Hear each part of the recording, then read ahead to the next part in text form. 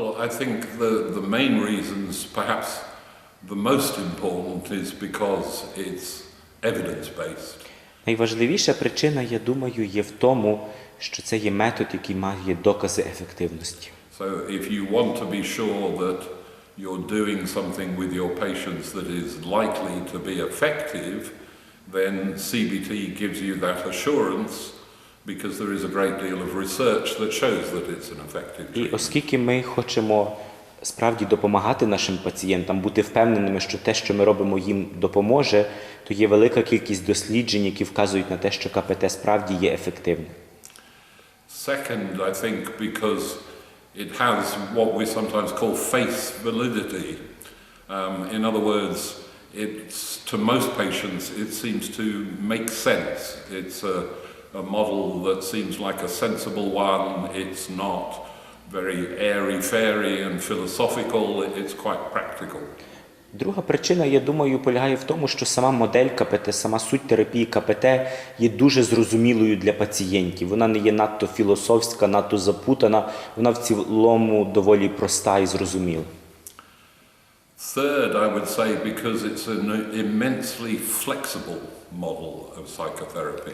Третя причина, що це дуже гнучка модель психотерапії. It can be applied to a huge, wide range of different kinds of problems. Вона може бути застосована щодо великого спектру різних проблем. It can be applied in lots of different ways, from obvious face-to-face therapy, but also using books or other media. І є багато різних форматів, як вона може бути застосована в терапії один на один, за допомогою теж методів самодопомоги.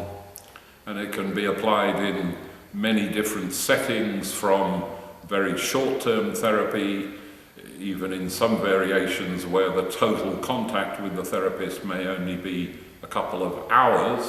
І може бути теж застосована також в моделі дуже короткотермінової терапії, де контакт з терапевтом є справді дуже короткий, кілька годин всього. Through to the other extreme, working with disorders like schizophrenia or personality disorder, where it may need much more long-term and intensive treatment. Також застосовуватися при більш складних розладах, наприклад, шизофренії чи розладах особистості, коли це може бути справді довготривала терапія. Fourthly, I would say, with some exceptions, it's a relatively brief therapy. Четверта, з певними виключеннями, в цілому КПТ є доволі короткотривалою.